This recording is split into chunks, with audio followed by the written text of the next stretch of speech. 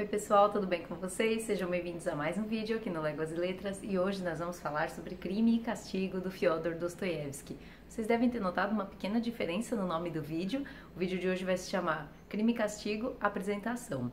E por que isso? Eu tô testando um novo formato, inclusive quero a opinião de vocês, deixem aqui nos comentários se vocês gostam desse novo formato, que vai ser da seguinte forma. Vou fazer 2 vídeos, porque vocês sabem que eu gosto muito de fazer análises bem aprofundadas dos livros e essas análises inevitavelmente envolvem spoilers. Eu costumo avisar, mas eu achei que poderia ser mais interessante dividir as análises, as resenhas, em 2 vídeos. Então fazer um primeiro vídeo com uma apresentação geral e depois as análises mais aprofundadas, com spoilers, com tudo que tem direito. E assim todo mundo fica feliz, porque algumas pessoas são bastante sensíveis à questão do spoiler, podem achar que qualquer coisa que eu tô aqui falando é um spoiler, né? E podem preferir conhecer apenas o livro de uma forma mais geral para decidir comprá-lo, enquanto outras gostam de ver os detalhes e não se importam com spoilers, ou já leram o livro e querem saber tudo, detalhes, análises mais aprofundadas. Então, esse é um novo formato, espero que vocês gostem. Deixem aqui nos comentários qual foi a impressão de vocês, tá bem? Eu vou subir junto, né, no mesmo dia, os 2 vídeos. Não se preocupem, não vai ter intervalo entre os vídeos. Então, bem, vamos começar aqui a falar do nosso queridíssimo Crime e Castigo. Essa leitura que nós fizemos lá no Clube Ponto Vírgula, sigam lá no Instagram também, temos página lá do nosso clube com resenhas dos livros que nós estamos lendo. Foi a leitura do nosso aniversário de 1 ano. Muito feliz, meninas, por nosso aniversário, 1 ano lendo livros com vocês. Maravilhoso. Então nós fizemos essa leitura e para mim foi uma releitura. Eu li Crime e Castigo pela primeira vez, salvo engano, faz uns 5 ou 6 anos. E eu li naquela edição da Martin Claret, vou deixar aqui a capinha para vocês. Mas essa releitura foi uma experiência muito diferente, em primeiro lugar porque essa edição aqui da editora Todavia, ela foi traduzida diretamente do russo pelo Rubens Figueiredo. E aquela tradução anterior que eu tinha lido da Martin Claret, salvo engano, ela é uma tradução indireta do francês. Pelo estilo, do jeito, tem algumas expressões ali que me chamaram a atenção por parecer ser uma tradução indireta do francês. Então essa aqui é uma tradução direta do russo. Rubens Figueiredo é um tradutor super conhecido. Ele que traduziu Ana Karenina, ele traduziu Guerra e Paz para a Companhia das Letras, ambos do Tolstói. Ele também está traduzindo o Tolstói agora naquele livro novo, que tá lindo demais também, da Todavia, das novelas completas do Tolstói. Vou deixar a capa aqui para vocês. Esse eu ainda não tenho, mas estou bem de olho nessa obra, muito linda, né? E então o Rubens ele traduz direto do russo e isso traz uma experiência de leitura totalmente diferente, com notas de tradução assim muito detalhadas. Tem uma introdução muito interessante também esse livro. Recomendo demais essa versão aqui do Todavia, gostei demais. Tem também uma edição bem conhecida da editora 34, também vou deixar a capa aqui para vocês, mas todas nós lá no grupo lemos essa aqui da Todavia, todo mundo gostou bastante. Sobre Crime e Castigo, esse livro foi publicado em 1866 e o interessante é o formato. Quando Crime e Castigo foi publicado, Dostoiévski publicava essa obra em folhetim. Então os capítulos eles têm o mesmo tamanho porque eles saíram numa revista mensal, a mesma revista que publicava nada menos do que Guerra e Paz do nosso amado Tolstói. E essa estrutura do folhetim, ela é legal porque ele tem que criar uma trama, né? Ele cria uma trama aqui no Crime e Castigo que envolve o leitor de uma forma extraordinária. Você fica, assim, muito preso na leitura. E o final dos capítulos é aquela coisa, né, que a gente chama de cliffhanger. Realmente você fica sem fôlego esperando o próximo. Eu imagino os leitores da época esperando os desdobramentos da história do Raskolnikov. Sobre os nomes russos, já vou deixar o disclaimer aqui, eu não sei corretamente pronunciar, né, nomes russos, então perdoem qualquer erro aqui na pronúncia dos nomes, vou falar da forma que eu leio, certo? E para escrever Crime e Castigo, Dostoiévski se inspirou na sua experiência com criminosos no tempo em que ele próprio ficou preso na Sibéria realizando trabalhos forçados. E agora você deve estar se perguntando, mas gente, Dostoiévski preso, trabalhos forçados, o que ele fez, né? Bem, Dostoiévski se envolveu numa conspiração contra o czar Nicolau I e por isso ele foi condenado à morte e no último minuto ele ia ser fuzilado. Eles alteraram a pena dele de pena de morte para trabalhos forçados na Sibéria. Ele se envolveu nessa conspiração e a história dos Romanov é muito interessante. Eu vou deixar na descrição do vídeo o link para uma série muito completa sobre todos os Romanov. Eu adoro a história dessa dinastia, é muito legal.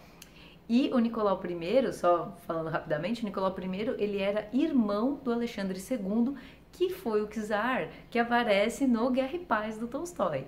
Então o Alexandre II, ele morre subitamente, nessa série que eu vou deixar o link aqui, até fica meio na dúvida se ele realmente morreu ou se ele simplesmente sumiu. E houve um problema na sucessão, porque ele tinha 2 irmãos e nenhum dos dois queria o trono. Então, o Nicolau I, que foi quem acabou sucedendo, era o segundo na sucessão. O primeiro na sucessão abdicou, falou, não quero ser czar. Nenhum dos dois queria muito, né? E no fim, Nicolau I assumiu o trono. E o Dostoiévski se envolve numa conspiração contra ele e por isso ele acaba sendo preso. Um ano antes da publicação desse livro, também aconteceu um caso real em São Petersburgo, em 1865, em que um estudante assassinou a machadadas 2 idosas. E o interessante é que esse estudante fazia parte de uma seita, uma dissidência da Igreja Ortodoxa, que se chamava Raskol, e por isso ele chamava Raskolnik. Então, os nomes aqui não são uma mera coincidência, né? Os nomes escolhidos por Dostoiévski nesse livro, diz o tradutor aqui na introdução, que não são mera coincidência. Então aqui ele é Rodion Romanovich Raskolnikov. É o nome do nosso personagem principal. Vou costumar chamá-lo de Raskolnikov ou do seu nome, como dizer, um apelido, o Rodya, o Rodion. Os nomes russos têm toda uma explicação. Aliás, eu, se não me engano, tem um vídeo muito legal do Livrada explicando esses nomes russos, o patronímico, o nome carinhoso lá familiar. Eu vou deixar também na descrição do vídeo para vocês entenderem melhor, porque isso pode causar uma certa confusão no seu primeiro contato com livros russos. E em termos de contexto histórico, nessa época a Rússia vivia um verdadeiro rebuliço social, político e econômico, porque desde o Alexandre II havia muitas reformas em andamento e a principal delas foi a emancipação dos servos. Então a Rússia vivia num regime de servidão ali na exploração da terra, e com essa emancipação dos servos muita coisa mudou, o status das coisas foram mudando, também a influência, sem dúvida, da Revolução Francesa e das revoluções de 1830 e 1848, as guerras napoleônicas, o mundo estava em ebulição. Sobre isso tem um livro muito bom do Eric Hobsbawm, A Era das Revoluções, vou deixar aqui para vocês a capa. É maravilhoso esse livro também, muito interessante sobre essa época, né, desde a Revolução Industrial até as revoluções de 1848. Então, essas grandes transformações históricas foram muito impactantes na sociedade russa e nas ideias mesmo, né? Então, aqui em Crime e Castigo nós vamos ter toques do niilismo. O niilismo vai aparecer de uma forma muito contundente em Pais e Filhos do Turgenev também. Gente, que livro lindíssimo, Pais e Filhos. Tenho muita vontade de fazer uma resenha dele aqui para vocês e pretendo, porque é muito bom. E esse niilismo, existe também a ascensão desse ideal burguês representado pela figura do Napoleão, que vai aparecer muito aqui no Crime e Castigo na mente do Raskolnikov. Então essa coisa do homem ascender por si mesmo ao poder. Esse ideal do capitalismo versus o socialismo utópico, que também estava em voga ali, a discussão sobre o socialismo utópico também vai aparecer aqui em Crime e Castigo. A gente vai ter um pano de fundo aqui nessa história muito rico. E a história vai se passar em São Petersburgo, como eu já disse, nesse contexto também de muita urbanização.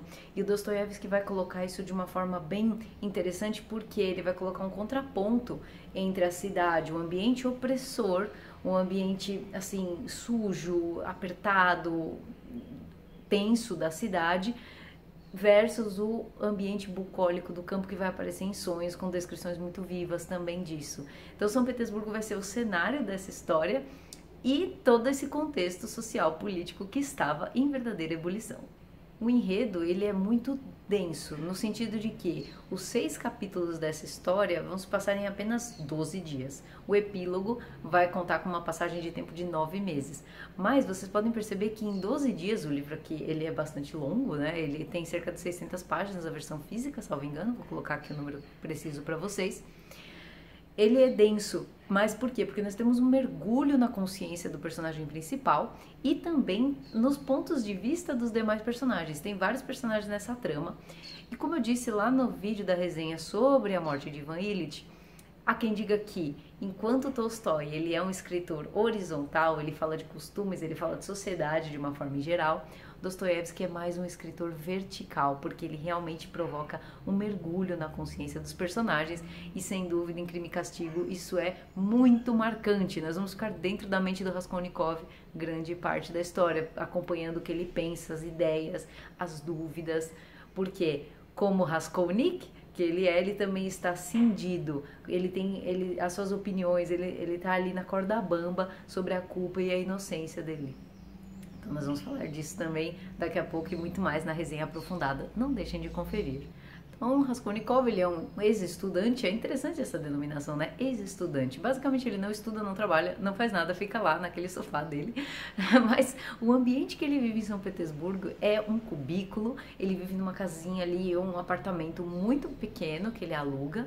Ele é muito pobre, ele tá sempre remendado, as roupas dele estão sempre num estado deplorável. Ele recebe dinheiro da mãe e da irmã que vivem no campo para poder subsistir ali na cidade. E ele tá nessa situação de pobreza extrema. Ele empenha alguns objetos dele, alguns objetos de valor que ele tem, coisas que ele recebeu do pai. O pouco que ele tem, ele empenha com uma usurária, também uma figura muito comum na São Petersburgo do século XIX. Ele empenha esses objetos para conseguir algum dinheiro para comer ali, para viver. Ele tá numa dificuldade assim terrível. E toda vez que ele encontra essa usurária, ele fica pensando, poxa, né, essa pessoa é má pro mundo, né? Puxa, será que não seria melhor um mundo sem essa pessoa? Ele fica com essas ideias. Até porque Raskolnikov, enquanto estudante, escreveu um artigo, e esse artigo vai ser um ponto muito importante nessa história, um artigo em que ele defende que existem algumas pessoas que são extraordinárias, como Napoleão Bonaparte, por exemplo. E essas pessoas, em prol de um grande bem comum, são autorizadas a cometer atrocidades e crimes. Por quê? Porque elas vão causar um bem comum à sociedade. Então, por conta desse artigo, a gente percebe que ele tem essa mentalidade, dessa superioridade de algumas pessoas extraordinárias sobre outras, dessa possibilidade realmente de você poder extirpar o mal, fazendo uma atrocidade ali, matando alguém, matando várias pessoas, como no caso do Napoleão, em prol desse bem comum, desse ideal ali. Então, um belo dia, Raskolnikov está passando num bar ali para beber e ele conhece o senhor Marmeladov. Marmeladov, ele é um pai de uma família, ele é um funcionário público que está sem emprego, também muito pobre. A pobreza é muito forte, muito intensa aqui em Crime e Castigo, ela aparece de uma forma bem contundente.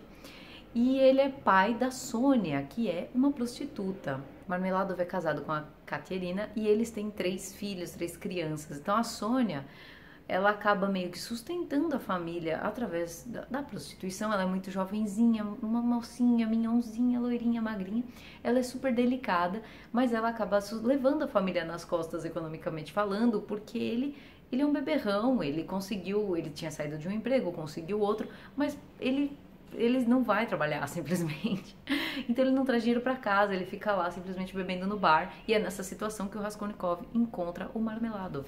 Leva ele para casa, vê aquela situação de penúria da esposa, porque a Katerina também é tuberculosa, as crianças estão lá jogadas no chão, ninguém tem roupa, ela lava a roupa à noite para secar, para usar no outro dia. É uma situação horrorosa.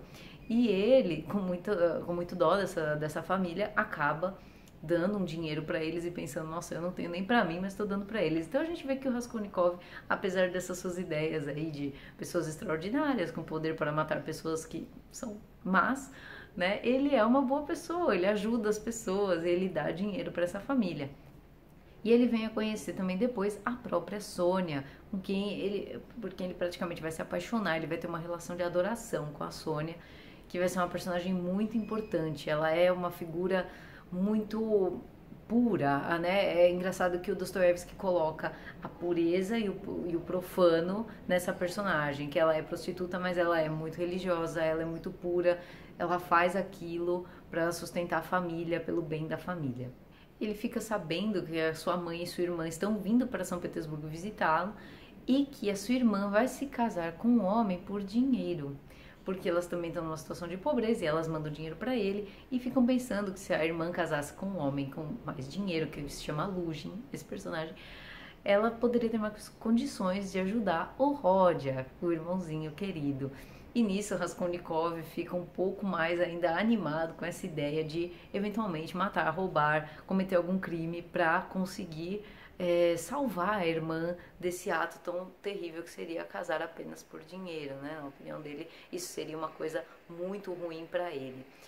E de outro lado, a Dunya faz isso de uma forma super racional. Ela pensa, não, é a regra do jogo, eu posso fazer isso, eu vou fazer isso. Então é bem interessante perceber os diferentes pontos de vista dos personagens sobre questões sociais prementes nessa época. As questões principais desse livro, a primeira delas é essa culpa na consciência do Raskolnikov, e aqui também não pude deixar de perceber uma grande semelhança com o que a gente vê em Macbeth, do Shakespeare. Vou deixar a capa aqui do box do Shakespeare, que é uma coisa maravilhosa, já mostrei em outros vídeos para vocês. Essa culpa na consciência, com certeza, eu acredito que o Dostoiévski se inspirou ali no Macbeth. Os diferentes tipos de castigo, a gente tem o castigo moral, o castigo judicial, como esses castigos influenciam a pessoa, né, como eles são realizados efetivamente. Essa questão de quem tem o direito de impor um castigo, quem tem o direito de matar, o eventual utilitarismo do crime, um crime para o bem, ou assim, a finalidade do bem supremo, e também até como uma espécie de alerta, né, dessa coisa. Existem pessoas que pensam que são superiores o suficiente para poder matar pessoas.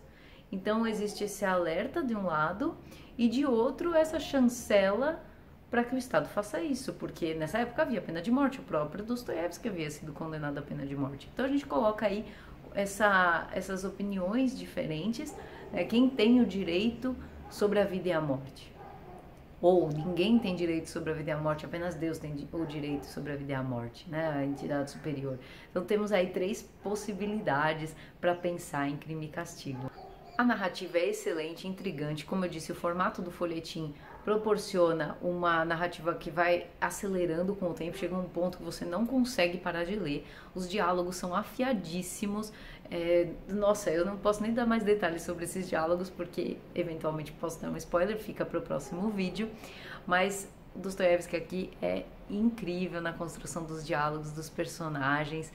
É uma coisa assim muito maravilhosa, muito instigante essa leitura. Eu adoro livros russos, vocês sabem, e com Crime e Castigo não poderia ser diferente. Bem, então é por aqui que a gente fica nesta análise mais introdutória sobre Crime e Castigo, das ideias gerais que vão ser tratadas nesse livro. Espero que você que ainda não leu Crime e Castigo tenha ficado interessado nessa leitura. Recomendo demais essa edição aqui da Todavia, como eu disse no início do vídeo. E para quem gosta de uma análise mais aprofundada, fique por aí que no próximo vídeo nós vamos falar mais sobre o nosso querido Raskolnikov e companhia. Muito obrigada, um grande abraço e até o próximo vídeo.